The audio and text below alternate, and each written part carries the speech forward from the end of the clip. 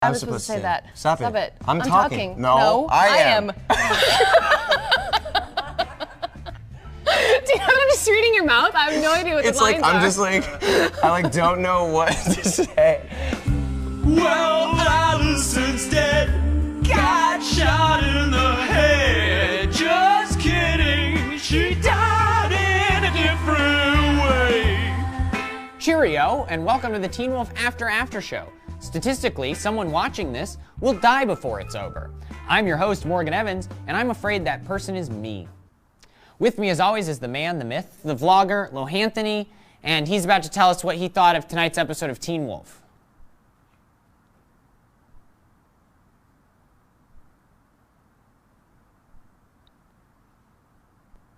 Okay, it's time to show you guys a video, which is awesome because I think we're out of words to say.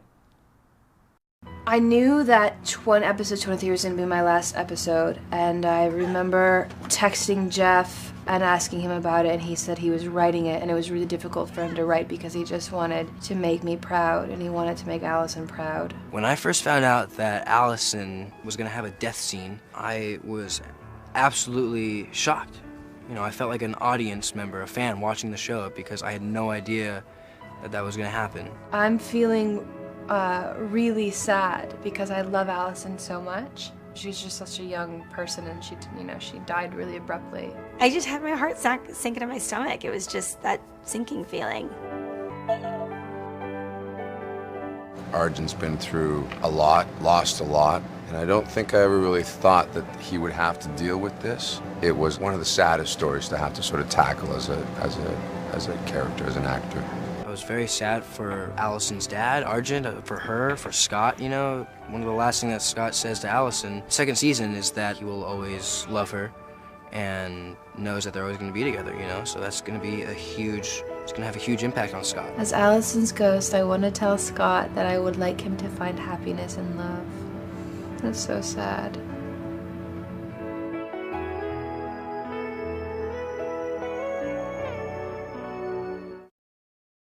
Now it's time for the part of the show where I sit down with Teen Wolf cast members and just talk to them about the wacky shit you guys wanted to know. Nice. You ready for this? Yeah. All right, it's mostly just crazy stuff from Twitter. Okay. All right, here we go. What do you miss most about living with Tyler? I miss smelling his farts. Mm-hmm. I miss basically everything regarding poop, you know. Mm-hmm. We actually did have a question here. Regarding poop? Yes. This is from Abby. It says, what happens if you're filming a really intense scene and you realize you really have to poop? That's a really funny question. It's interesting. When you act, if you're at all focused on what you're doing, you don't sneeze, you don't poop, you don't yawn. There's like certain bodily functions that don't happen. And if it happens organically without you trying, it means you're not focused enough. You're doing something wrong. Yeah, definitely. And especially if you poop during a scene. Yeah. Something's wrong. Well, I definitely didn't just poop. You did, didn't you? I did, a Okay, little. I well, did, just a little bit. We can cut it. Will you ever consider making another YouTube video? No. Never. Done. Such a jackass response. I forgot the password to my YouTube account. We could probably figure it out. I don't think we can. No, because I remember at one point I was like really paranoid about like my account getting hacked, and so I made my password really elaborate. Mm-hmm. Now I can't remember. Like all the uppercase, lowercase. Oh yeah, and it's like 18 numbers. It's something ridiculous. Wrote it down somewhere. What if it was Dylan O'Brien 1, 2, 3, 4, 5, 6, 7, 8, 9, all the way up to 18? Then I would be blowing it right now. Would you rather kiss? Would you rather kiss a jellyfish, or step on a crab? Step on a crab. Yeah, definitely. Of course. Because if you step on a crab, you could step on a part that's not going to pinch you. Yeah, absolutely. Because a jellyfish, you're basically guaranteeing sucky to happen to you. Oh my God. You can swear. Yeah, because you swear at the top. Yeah, I did. Wow. Yeah, let's swear. Do you have a favorite swear? I feel like James Lipton. Yeah, this is getting like way more in depth than I thought it was going to be. This is a good one. This one's like really serious, and you know I don't want you to like spoil anything. Okay. But would you rather have mayonnaise covered feet or ketchup covered hands? Yeah, I can't. They just told me I can't answer anything. You can't answer anything like that. That's gonna give away too much. Yeah, it'd give too much away. So All right, so our friend Lohanthony's out on the field right now. He's on the set, and he has a question for you. So, Lohanthony, ask your question.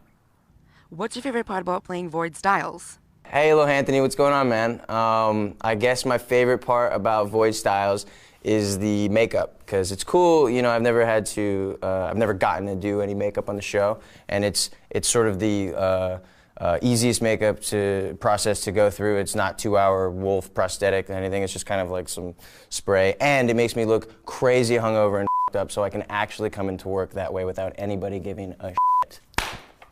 That was awesome. Yeah. Stay tuned! Stay tuned! Gift bait!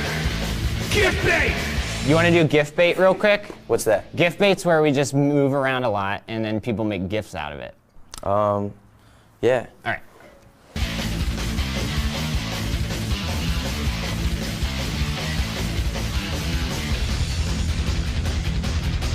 Gift bait!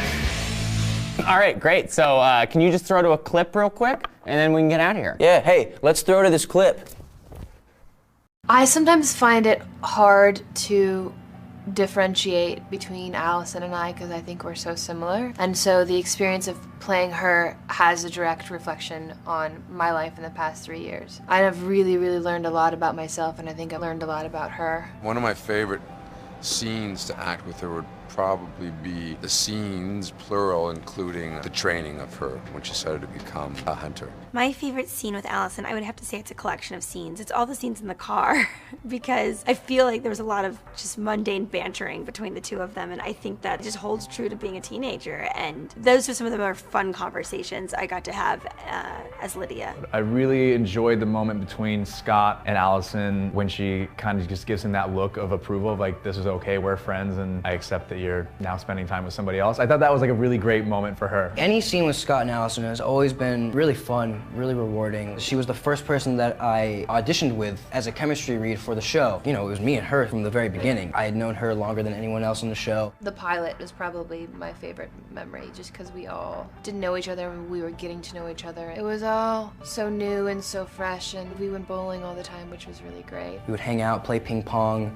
play video games, watch movies, and we were just like college kids, you know, and Crystal was a huge part of that. Working with Crystal is awesome. She's a professional. She's everything you would want an actress on your set to be. Every time you're in a scene with her, she's always present. She's always giving you everything you could ask for. She's just a real friend. It's real on our set, and we have a really close bond between all of the actors, and so that's what I'm gonna miss most. It's just that vulnerability in between takes. It's gonna be weird not having her around, especially while we're shooting, you know, it's gonna be really bizarre. Thank God it's fiction because you can maintain relationships in real lives, and it does feel a little bit more like work, I will be honest. When, you know, your really good friends leave set. I worked on something incredible and I got to experience something incredible with so many great people. I'm gonna miss the cast and the crew the most. I love them. Now it's time for the part of the show where I take a break. Oh, it's not. It's time for Fan Wishes Granted, presented by AT&T.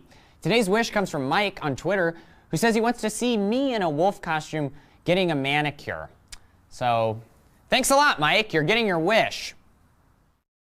Hi, I'm a big bad wolf. Just kidding, it's me, Morgan.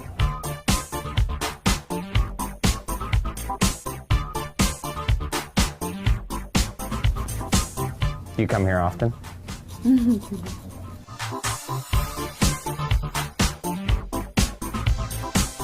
Ow! That's what a wolf says.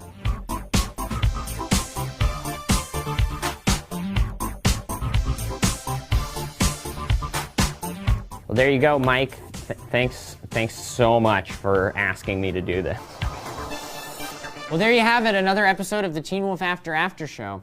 There's only one left. It's gonna be pretty sad, but you know, hang in there, we'll always have Twitter.